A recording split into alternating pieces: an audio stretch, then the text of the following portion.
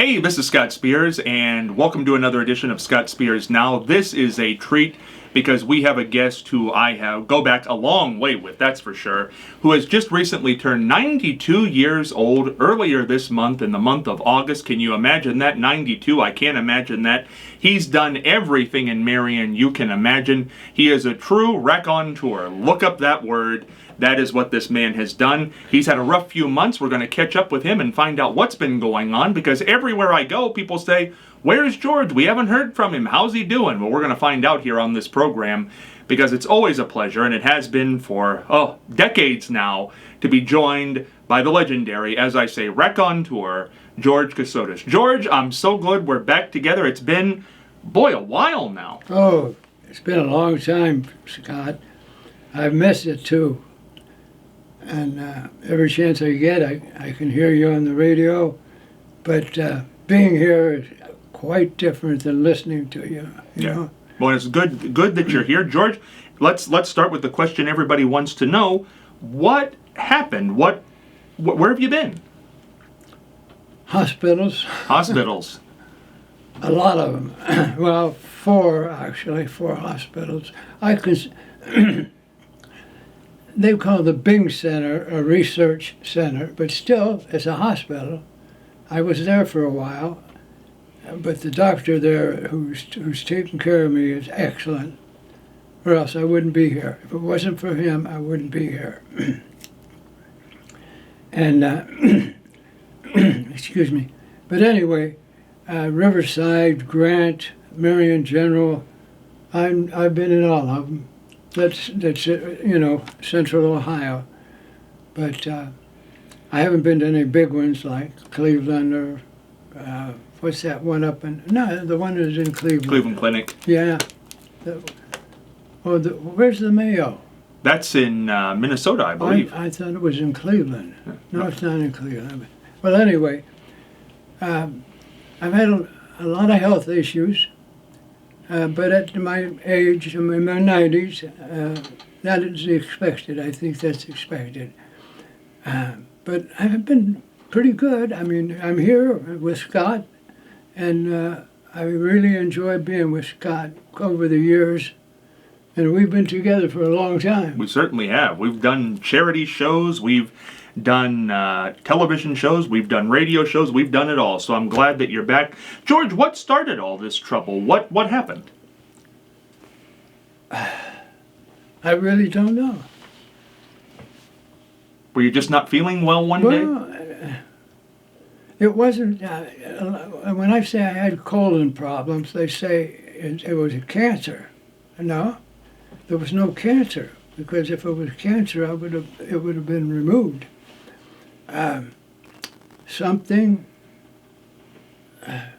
There's different names and medical names that I can't pronounce them all. But I had problems in my colon and my stomach, which I still have. But they're being taken care of, through this doctor at the Bing Center. And I haven't been to I was at Riverside.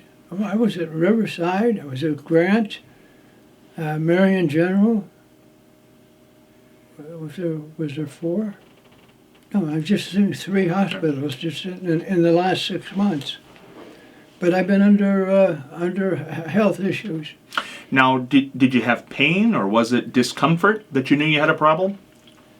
Stomach and colon. I still have my stomach problems. I've got my medicines. It's under control. I'm getting much better. For a while, I wasn't even out of my bed. I was in a bed for like 3 months. Didn't get up, didn't walk around. But I'm walking around every day now, and trying to get better, and I'm better because I'm sitting here with you. Oh, well, I'm better because you're here, George, and I had known that you were under the weather, and I was sorry to hear about that. Yeah, but Scott, I'm fighting it. I'm better. I'm with you, and maybe my voice has changed a little bit. No, we still hear you. Huh? We still hear you. I hope so. Yeah, so George, as you're going through this 3 months in the hospitals, what's that like?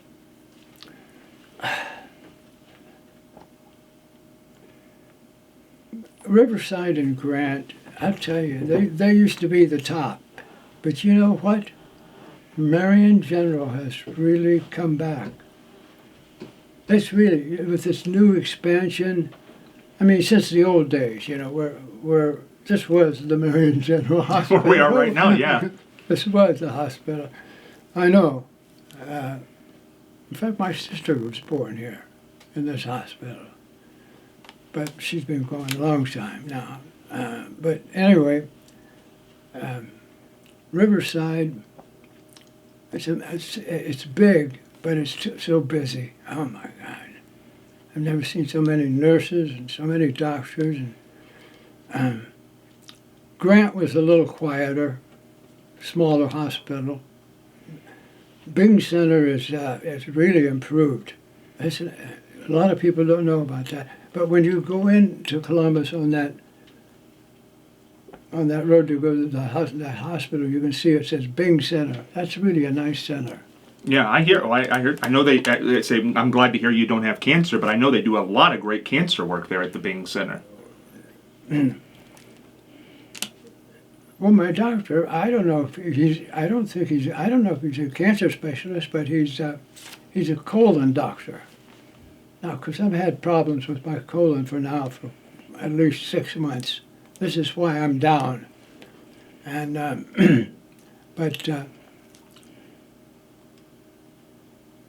and I don't know why. Because if you ask me why is you got a stomach and colon problem? Because I never smoked. I never drank that much. Every once in a while we'd have a little ouzo. little nip. A little nip of ouzo. And that's not drinking, for 3 or 4 hours, drinking whiskey and all that stuff. I shouldn't say that because I served it for quite a few years. Keg and Vine, downtown Marion. Wow. Those were the days, my friend. I thought they'd never end. Well, and George, that's where everybody remembers you down there and all the great work you did. It all started, now, correct me if I'm wrong here, didn't it start with your mother, Dorothy, at the Home Cafe? That's it. Home Cafe, downtown Marion. That's where it started. But then the Keg and Vine was great because those were the days that that I always had something on the bar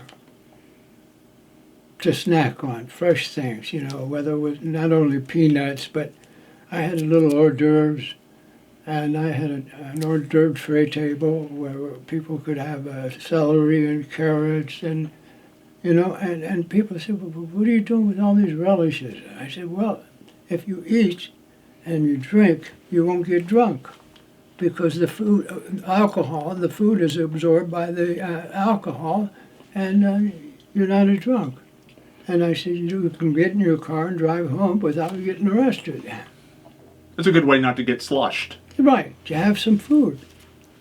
So that was my motto. And my bar I had a 20-seat bar, 20 seats, and every day. But the big thing was the smokers. If I had 20 people at the bar, there's 20 smokers blowing smoke in my face. So I went to the doctor and I said, these people are blowing smoke in my face. He said, George, secondhand smoke will kill you. So I went and got the biggest fan you could find. The arms were like this, and I had it installed by a guy that knew what he was doing. And boy, when they would 20 people line up there smoking, I'd go, whoop, flip that switch and it would go, whoa, whoa, whoa, whoa, whoa, whoa, whoa, whoa, whoa, whoa, and all that smoke went right up out of the air. A little health help. Oh, yeah. You have to have those. That's why I'm here. Yeah. If I hadn't had that fan and that smoke, what did the doctor say? Secondhand kills you. Secondhand smoke. So all you cigarette smokers out there. No, I Gotta mean, stay away from that. I better stay away from that. You gotta stay away from that. But it's true. You gotta be careful of that. People don't think the long-term effects that can come from that. Well, they know that, but they still do it. They do. But that's okay. It's a habit. So, George, when you're going through this rough period that you're in your 90s, your early 90s, what advice would you give to somebody who may be going through a medical problem? How do you get through it? That's got to be tough.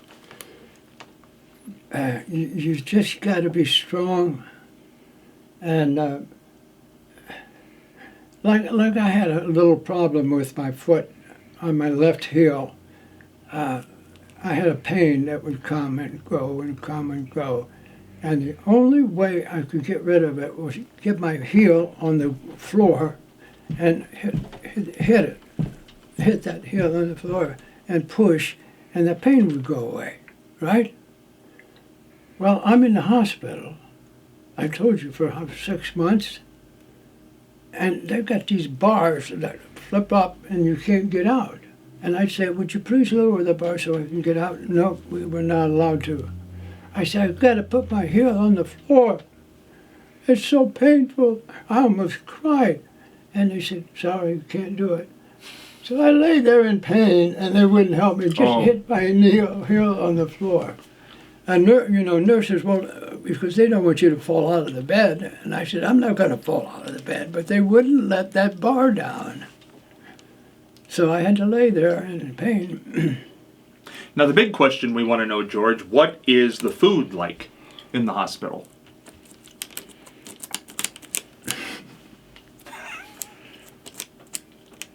Etsiketsi. It's a Greek explanation for etsiketsi, and not that good. And being in there for 3 months, that must have been rough. Yeah. You know, you can get by it. It's, I guess, nutrition-wise, they're supposed to be wise with nutrition, but some of these people in these kitchens, you know who they miss? You remember the name George Turoff? Oh, George Turoff. I still see his wife all the time. Yeah, George was working at the hospital. For a long time. For a long time. George and I, when he first came, well, you know, I had to do that through Jim, because Chris died. That's the two brothers, the Turoff brothers, that ran Turoff's back in the way back, early 1900s. Chris Turoff, and Jimmy wasn't in the kitchen. Jimmy was the bookkeeper. He took care of financial things for Turoff's, but Chris was the guy that ran the restaurant.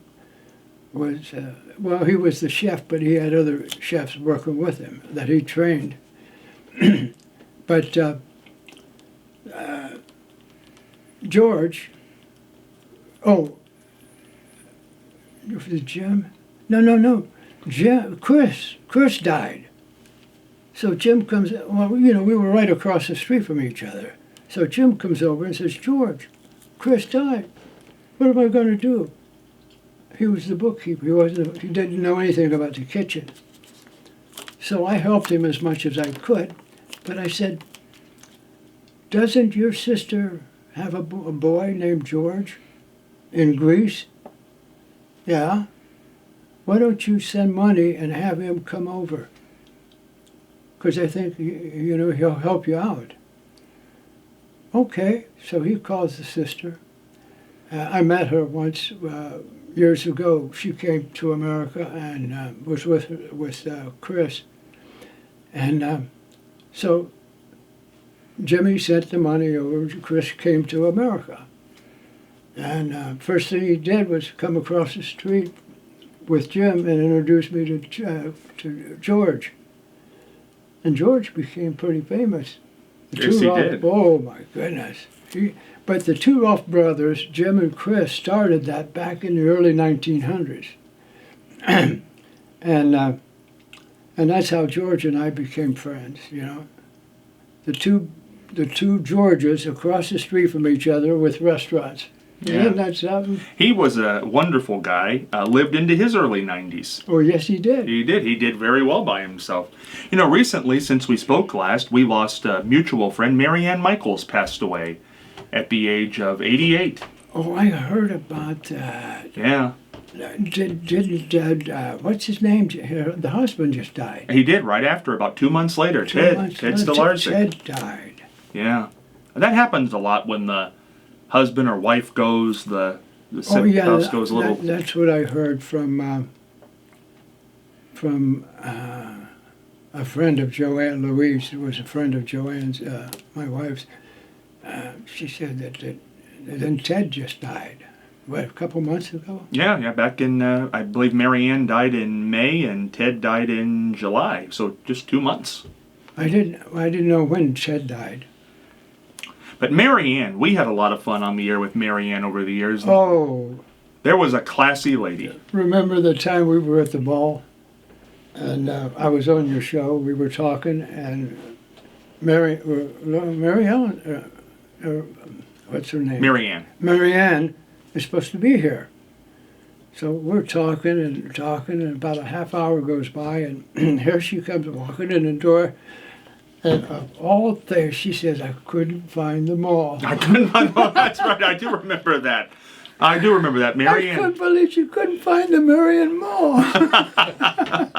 She was, I tell you, Marianne was one of those ladies who just, her mind, she got so consumed. Oh, God, Scott and I were sitting there, and she comes walking there, and she says, hey, you guys, I finally found you. Where were you? You know, but now there was a classy lady, good dresser. Oh, sharp. Sharp broadcaster, just one of the best. She was. She really was. Top notch. Top-notch lady. And, you know, ended up dying from Alzheimer's. Unbelievable. Or dementia. I forget which. Her son came on. I believe he said dementia, so I think that's what she had. But she had a good life. Good life. Oh, sure she did. Sure. 88's not bad. On that, what was it, WLWC, something like that? Yeah, she was on WLWC, WCMH. She did a lot of great TV work. Now, George, when you were downtown, who were some of the big people that you remember coming into the Keg and Vine? We just saw a concert with a person who used to perform there, Bobby Floyd. Oh, Bobby played in my bar when he was, 15 years old. Yeah. Bobby, did you know he won a Grammy this year? Oh, yeah. Won. Yeah. Most people didn't know that night. I said, Bobby, how's it feel to be nominated for a Grammy? And he goes, I won one back in February. I thought that's, how many people know that a Grammy winner in 2024 was from Marion, Ohio? Not many. Not many. And that's a shame, because he's a very nice, talented guy. Oh, his dad was in my bar every day, Bob C. And that's how he came. The son was only like, 15, 16, 17 years old. And he come in the back door one day, or one afternoon. Yeah, his dad was there, and he come in, and because the dad said, I told my son to come up. He wants to see your new piano. I just got a baby grand. And so Bobby Jr. sat down at the piano. He's in his teens, and he's playing that piano. And as a teenager, he was great. He's a talent. Guess what? His mother opened up the back door. She found out that he went up there, grabbed him by the ear. She didn't want him in a bar. Oh. Would you believe the mother didn't want his son play? And he's been playing in bars all over. Ever since. And his mother was there that night. We were all together. I sat with her. She's still around. I think she's 90 now too, or something. She was right next to me. We've got pictures. They took pictures of her and I. Now, was that the first night you had been out since this health Yeah. issue. Yeah. What was it like to be back out in the tuxedo and around people? Oh my God! You and Mary Ellen. We were there that night, yes. I know. I saw you sitting down there. Anyway, Bobby's mother. She's got so much energy. She's my age. Yeah. And she's got so much energy. That leg would go up and Bobby'd start playing. That's my son. That's my son. Every time she went up like that, she'd bump into me because we were right next to each other. And then Bobby came down and took pictures, and the three of us. So I got pictures of Bobby, his mom, and me. What an excellent guy. Great guy. So what was it like to be back out around the people after all that time away? Great. It was great. What a great feeling. And because when he came out on the stage, he looked over and he saw his mom and he said, "That my mom's over there and George is with her." And, Bobby. I go back with him as a teenager playing on at my piano. And I think only once or twice I've ever been to Columbus that I ran into Bobby. That was over at Capital University. There was a guy that was a musician with Bobby, and his name is Bobby. Bobby. In fact, he's the music teacher at Capital University. Bob. He played drums. Oh, okay. With Bob. With Bobby Floyd. When Bobby was playing a piano at my bar, this other Bob was the drummer, and he's now the music director at Capital University. It's a wonderfully great thing to have these. Music does something. You know, no matter how down, depressed, sick you might be, when you hear that music start to play, it helps. It helped. Do you remember the name Phyllis Miller?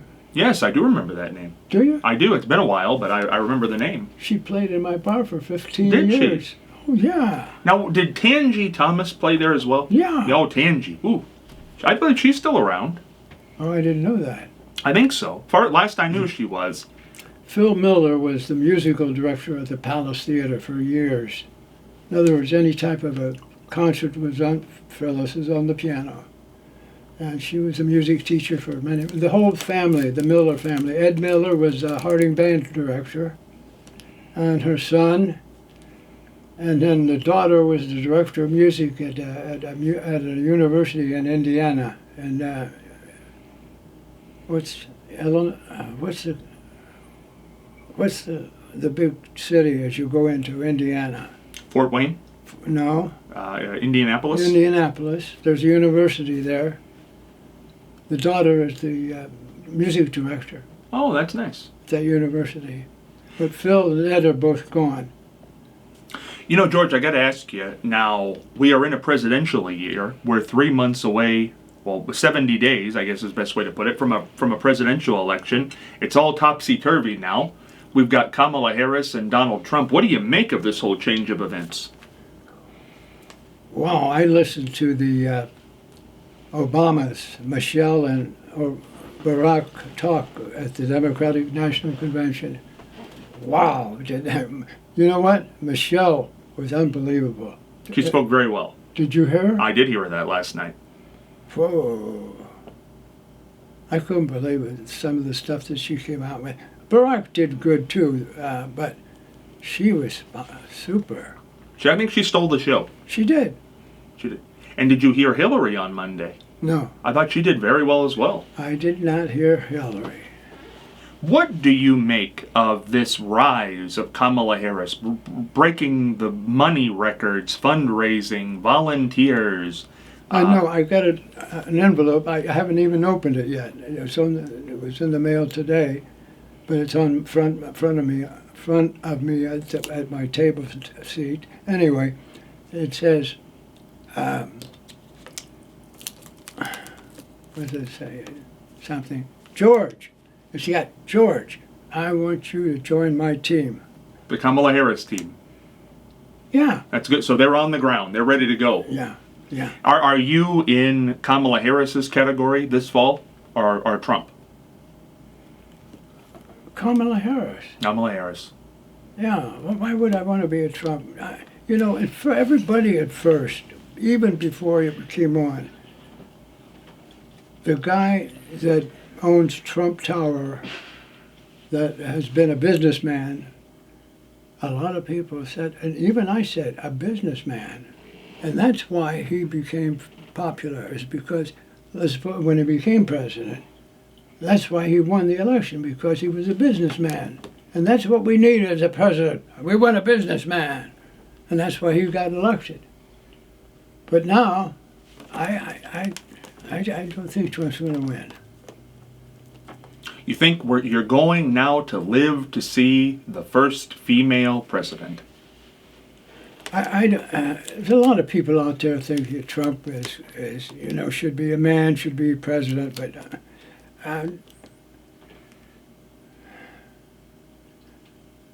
he's got to be pretty smart to be a millionaire or billionaire? Billionaire. He's got some money for sure. Huh? He's got some money. Oh. I think he's a billionaire. I think he is a billionaire. Yeah. Yeah. Yeah. A lot of people say that if he's a businessman and he's that wealthy, he should, he might be able to do good. But sometimes he goes way out to the extreme, which is. I thought that at first. I thought Trump was a businessman. He's going to be a great president. But I don't know. And then again, I like Kamala for one thing. And I remember this before, even way before she was even become president, or running for president, was she was a great trial lawyer. Yes, very good prosecutor. Trial lawyer, and in San Francisco, tough town where mayors killed each other. Yeah, it can be rough out there. It can be rough in California. Oh my God! And she handled it well in California as a senator? What was she? I prosecutor, and then she became. I think it was a senator. I'm pretty sure. I think she. I don't think she was a congressperson. Congress senator, but what I heard was that mostly was that she was one of the best trial lawyers you could find. Well, I'll tell you what's been amazing to me is to watch her, the way she's filling these buildings, 10,000 people. And right now there are 23,000 people standing room only at the Democratic convention, and they are loud and enthusiastic and ready to go. And I have not seen anything like that out of the Democratic side since Barack Obama. That's right. That's right. And both him and Michelle said that today. They talked about that. The way they, build up the Democratic Party. But whether she's a Democrat or whatever she is, she's a Democrat. But the point is, Kamala Harris she's got some solid background, as a trial lawyer, attorney. I don't think was she ever in Senate, Congress? I think it might have been Senate.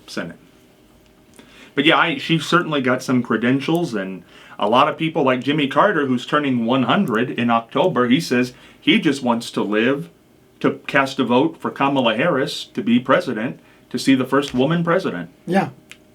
That's interesting. That is. From old Jimmy. The peanut pusher. The peanut, who's about to hit a century old. Yes. No president has ever lived to be 100, and I think he's going to make it. Let's hope Jimmy does it. Let's hope. We're going to take a quick little break here, just a 1-minute break, and we're going to come back for another half hour with the legendary raconteur himself. So glad he's back with us, George Kasotis. Back in a minute. Thank you. And we're back here with legendary raconteur. So glad to have him back here. Marion icon, without a question. George Kasotis just turned 92 years old this month, August of 2024. What's your birthday, George? August? August the 2nd. I've got sometimes I forget. It's not the point that I completely forget, but I think I mentioned to you that I was 22 92. Scott, I just turned 91. 91. I was born in 33, not 32. So it's 91. Yeah, well, yeah, I just turned 91. So you were born in 33. 33. 33. That still works out pretty good. Where was this? Somewhere my birthday was listed as 32. Wait a minute. 32, which was wrong. I was born in 33. August the 2nd of 1933. Somebody had told me 32, and I think that's why I thought it was 92, but it's 91. No, it's 90. I don't know. I'm confused Well, now. if it's 33, then it's 91. Because this is... I'm 91. Yes. So if you were born in 33, 33. this would be 91. Okay. Okay, so we cleared that all up. Let's get it all cleared up. Yeah, right? 91. 91's good, George. Yeah, I'm surprised I made it. Well, that's now. Well, I asked you earlier, and I wanted to go back into this. If a lot of people are going through health issues, no matter what age they are. Right. What advice would you give them when they do have to lay in bed, when they do have to go to the hospitals that they don't want to be in? How do you get through it?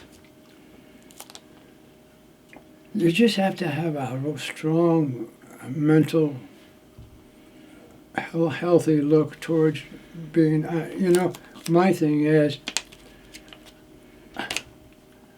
every man probably has a beautiful wife and they try to get along, but I have to mention, and I want to mention this, can I mention that please my do. wife, Joanne, if it wasn't for Joanne, I wouldn't be here. I'm telling you that my wife, a lot of guys out there have wonderful wives, and I'm speaking for them too, because they have wonderful wives. And I can name you a bunch. But like my wife, watches over me, takes care of me, and bam, and I wouldn't be here if it wasn't for her. It's the feeling that she gives me that I want to live. That's very nice, George. I'm going to dance again. You will. You'll dance. I danced with at the women's club home. Oh, you did? Yes, we were at... Well, and that's the last event I saw you at, George, before you got I ill. remember you were there. I was there. And I danced with that Martha Dawson's daughter. Yeah, Suzanne. Suzanne. Yeah, we were all there. Mary Ellen was there. Carrington and I were there. You were with Joanne. Yeah. And I was out there dancing, and people were going, oh, that one family got up and yelled and screamed. Dave Campbell said, "That's my buddy George!" It was a great night. That's a great crowd there at the women's club. Turn up the heat. Turn up the heat. Oh, God. I danced with, and she's a cutie, that Suzanne. Yeah, I remember. She's a darling lady.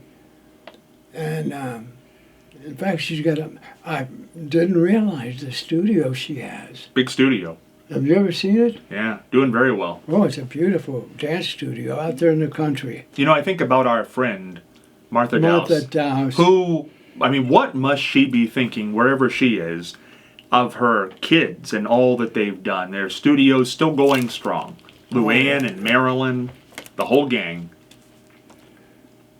Yeah, Suzanne is, we were out there practicing that dance that we did at the Turn Up the Heat. And I didn't realize they have a beautiful home out there in the country. It's Waldo, but it's east of Waldo, out in the country. Now, how long have you and Joanne been married? 40 years. 40 years. My gosh. So you got married at 51. No, next month it'll be 41. 41. So what keeps a marriage going strong 41 years?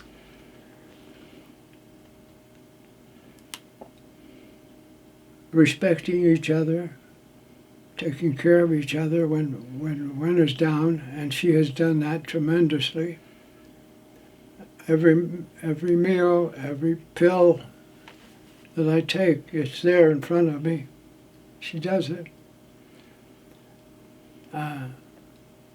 And I guess that's what keeps us. I don't know. The doctors tell you that those pills keep you alive, but I'm not too sure. Well, and by the way, she's also a very busy lady. She's the county auditor. Oh, yeah.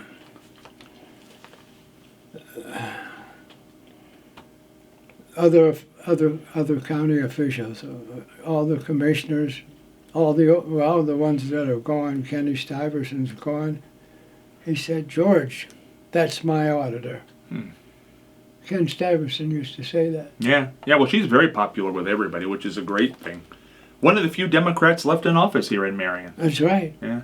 George, I'll tell you, it was shocking this year. This is the first year in, I guess, 90 years now, 91 years, that we didn't see you at the fair. I didn't go to the fair. I thought the fair was invented with George Kasotis. I go back a long, long way to the Marion County Fair, but the guys that I knew are all gone. All passed away. We did many interviews at the Marion Fair over the years. I used to, every year back in the late 40s, early 50s, you won't believe this, I set a buffet out on the track, on the horse track. Opening day, early morning, there was a buffet on the horse track. 40-foot buffet of food. All county employees could eat a buffet. And the county fair did that. And it's an unbelievable thing. I think they did it for like about $5 a person. Oh, that's pretty good. Yeah. Now, do you miss going to these events, George? $5 a person. They had roast beef, and they had all the chicken and beef and everything, pastas, and I fed all the employees. But that's been years and years and years ago. Did you miss not being at the fair this year? Yeah. Yeah. But you'll get back. You'll be better next year. I did, because it was the walking around. The walking around the fairgrounds. You'll be back in 25. Oh, I hope so. Yeah. Now, what are you're going through physical therapy right now to get yourself back up and around, and everything's going well at this point. Right. That's good. And the prognoses are all good from the doctors. Right. That's good. Yeah. That's good at 91, George. I've lost the name of the doctor at the Bing Center. He's the one that's helped me the most. He's a young guy. He's not that young. He's probably in his early 50s, or late 40s, early 50s. And got a good one. I got a good one. That's kept me alive. Well, that's good to hear. So, when you were going through all this, what was the worst moment and what was the best moment?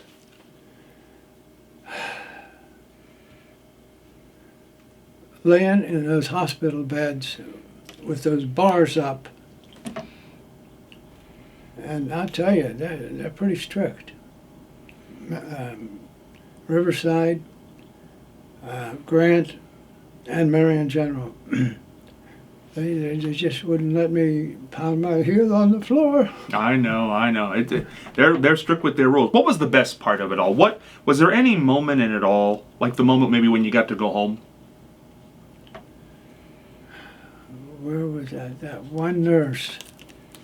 Her name was Ashley.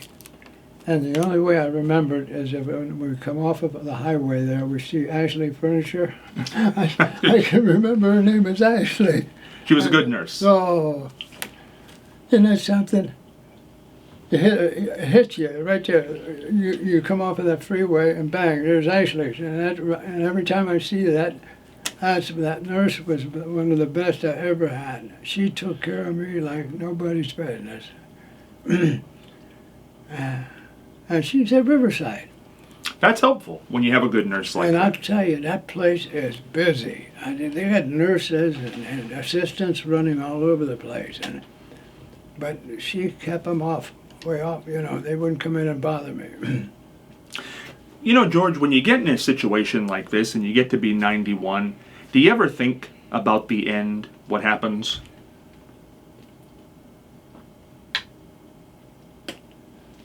Oh, yes. Yes, I do. I do. I think about it a lot because you know what? You know what I do? All I have to do is think about my Joanne. Mm. When I think about my Joanne, it heals me. It keeps me going. That's what keeps me going. Well, you're not going to go anywhere, George. Well, I hope not. No, you got a long way to go. I don't know, Scott. You're up and running again. You're up on your feet. That's a good sign. Okay, I'm going to be strong, healthy, wealthy, and wise. There you go. There you go. There you go. You know, George, when we think about all this, what is the key to a long life? Olive oil and lemon juice, right?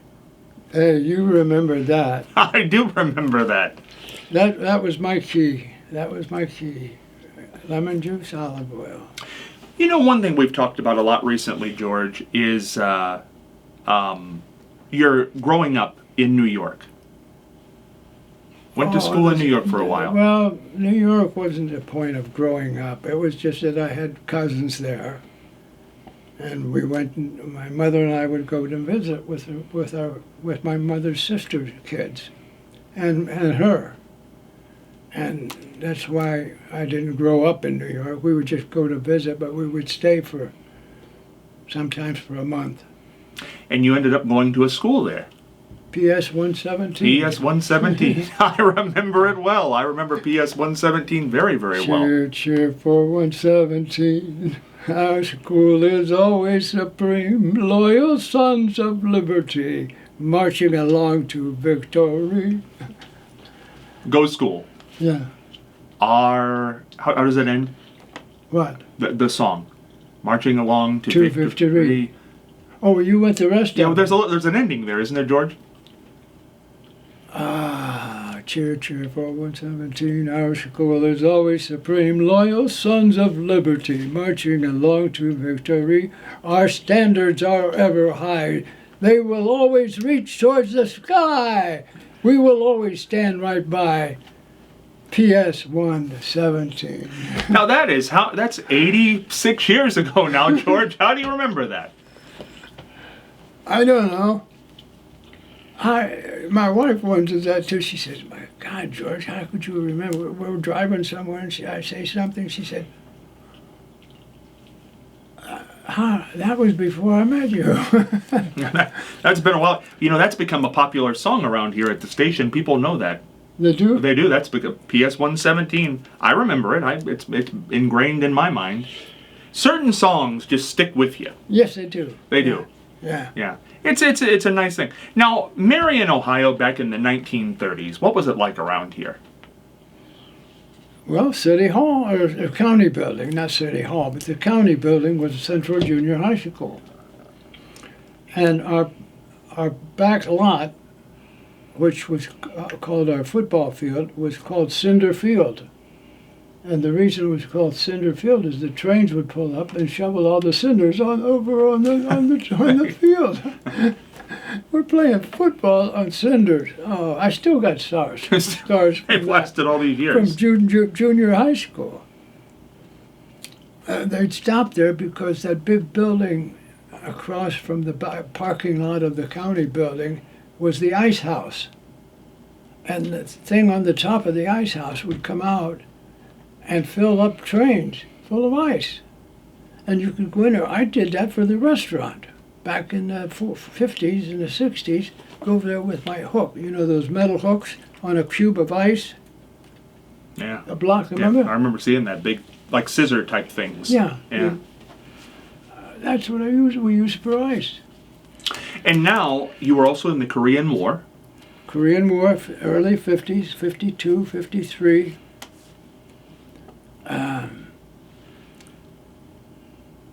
Got wounded from a pontoon hit a landmine because it broke away from the group, and we went downstream and hit a grass area, and there was a landmine hit it and blew us out. What's his name? He was with me from Chicago. he died. He drowned, I guess, or it killed him in the. That's where the landmine hit. We had a dry spot. I went over into the water where it was shallow, but it was stones, and I just got scars on my legs from the stones. But other than that, that was a wound. I got wounded, but not by shells, but by getting blown up out of a pontoon boat. And they flew me, what they did, Colonel, oh God, how can I forget that colonel? He was in Marion back in the 40s at the engineer depot. They built that engineer depot. Mm-hmm. The captain there, when the officers came to the restaurant to eat, I met him. And he became a colonel, head of the 3rd Engineer Battalion. He saw that happen, that pontoon blow up. Sent a helicopter over, picked me up with a rope ladder, took me to a hospital. He drove over to that hospital and took care of me.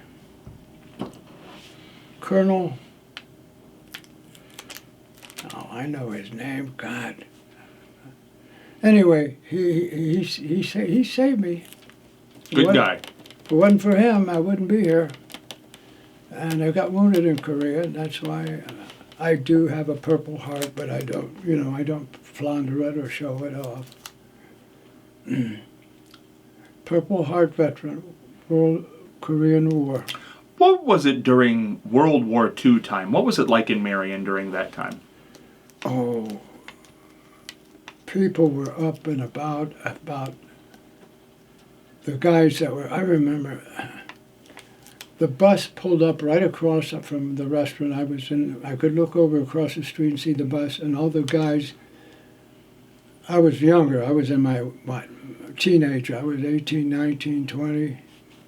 And guys were leaving to go to the war. And I remember all those guys. I can see their faces right now. And 2 or 3 of them were real close, were real good friends of mine. I mean, they weren't that much older than me, but they were old enough to get into the service. I was probably 18, 19, and, 17, 16, 17, 18, and they were 19, 20, and they were going to the service. And I'm trying to think of the only one that didn't come back. Gus Judy knew him. You don't remember Gus Judy? I do remember. Gus Judy sold time at the radio station, advertising. That's right. And then had some old cars, too. Oh, yeah. Gus was a dear friend of mine. But Gus's buddy, would always, when he was away, then Gus and I would run around together. And I think about it now, Norma Jacob, 101, she's still around. Something about, did she move out of that house? She did. She's moved into a retirement center now, but right. 101, and now is part of the Guinness World Record book with her sisters for the oldest living sisters. I believe there are 6 or 7 of them. Oh, yeah. We went to that reception that they had for them, and they all had the T-shirts on. Yeah. She's number 1? I think she is the oldest sister. Yeah, she's the oldest sister. And she was one of the first female city councilwomen here in Marion That's back in the right. 50s and 60s. George pulled up in front of my restaurant. First place they stopped in Marion. And George came in with Norma. And he said, I smell some good coffee. So I poured him a cup of coffee. And he sat there smoking his cigarette and drinking that coffee.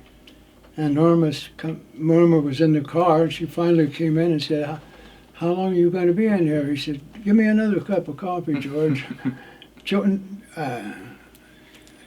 He was something else, George Jacob. And of course, we've had a lot of fun. She was just here earlier tonight, Mary Ellen Withrow, and her travels. You knew her way back when she was. I saw Mary Ellen going out the door or getting in the car. You knew her back when she was county treasurer. Oh, yeah, I knew Mary Ellen and Norm. And Norm, her husband. Oh, they used to come in. They came in with, did I tell you the story that probably Mary Ellen's listening. And she might be listening out there. Mary Ellen and Norm comes in the door with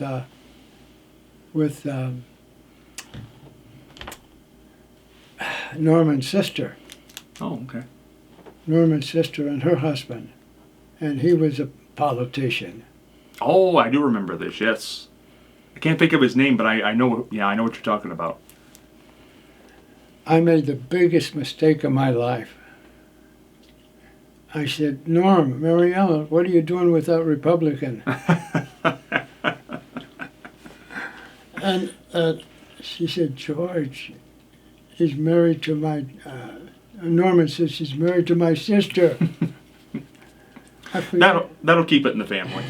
That'll keep a Republican in the family. Anyway, I said, I fixed him an extra nice dinner. I had shish kebab with rice pilaf. And even he said, George, that's the best meal I've ever had. There you go. So it turned out okay. It turned out okay. Now, George, we have a few minutes left here. Was Gale Ireland, former mayor of Marion, was he a Republican or a Democrat? He was a Democrat. You say his name even to this day with a little memory. A big piece of crap. Well, there you go.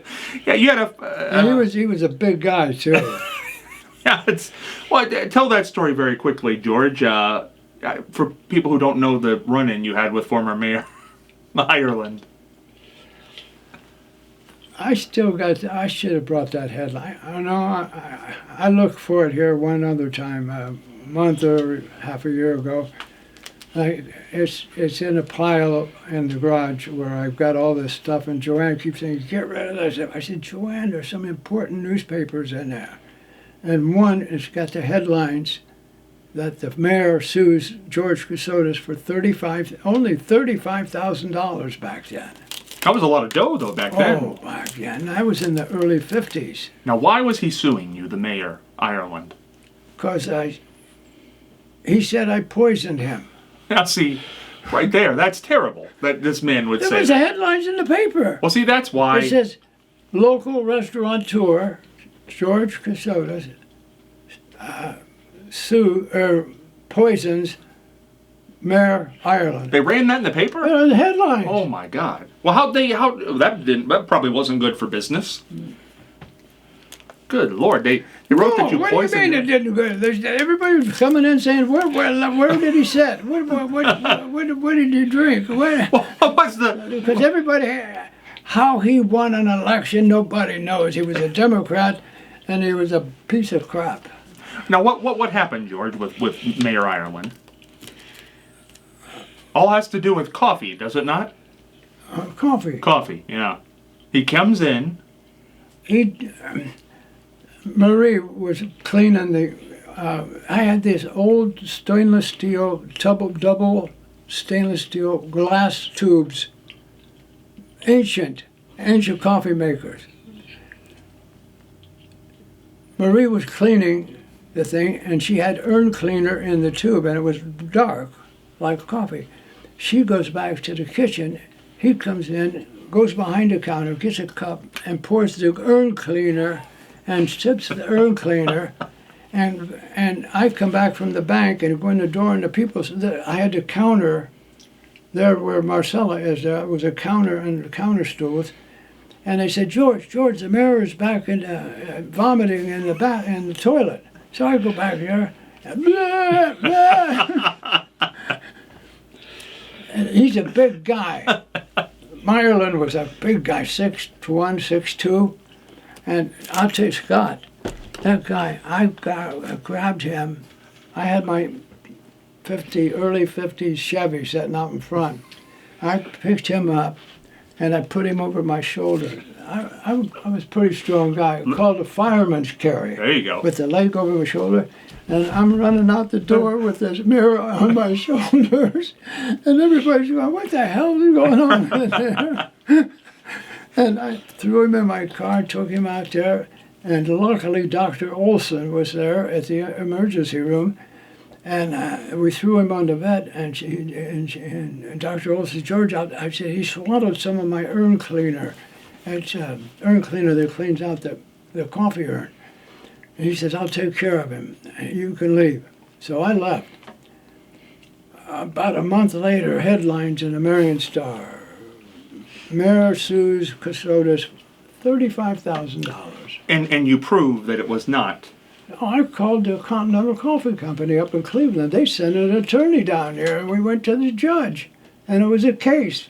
And the guy came from the Continental Coffee Company with the box of that urn cleaner, and gave one to the judge and said, "Open it up, and put your finger there and taste it."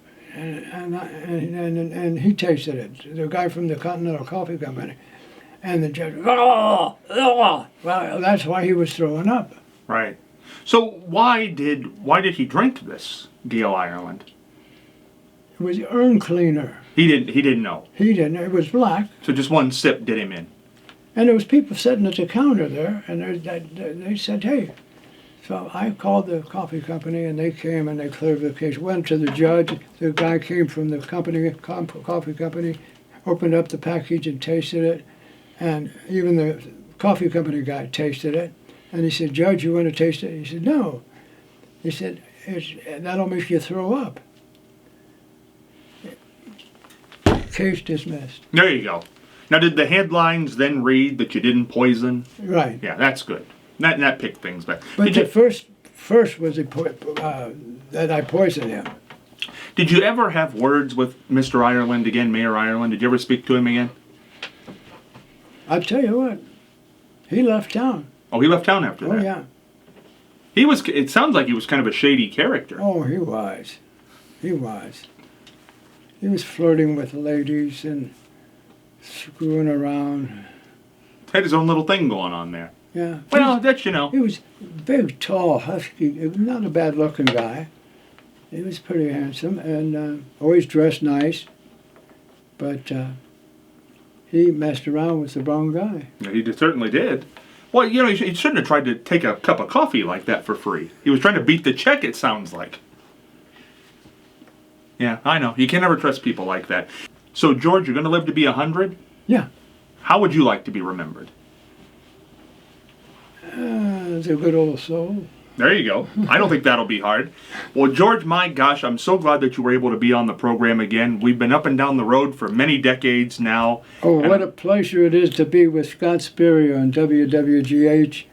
And you guys are really good, and I have fun here. I feel good when I'm here. Good. Well, we feel good when you're here too, George. It's always good to see you. What a pleasure. What a pleasure. The legendary raconteur himself, George Kasotis. Scott Spears heading for the dugout.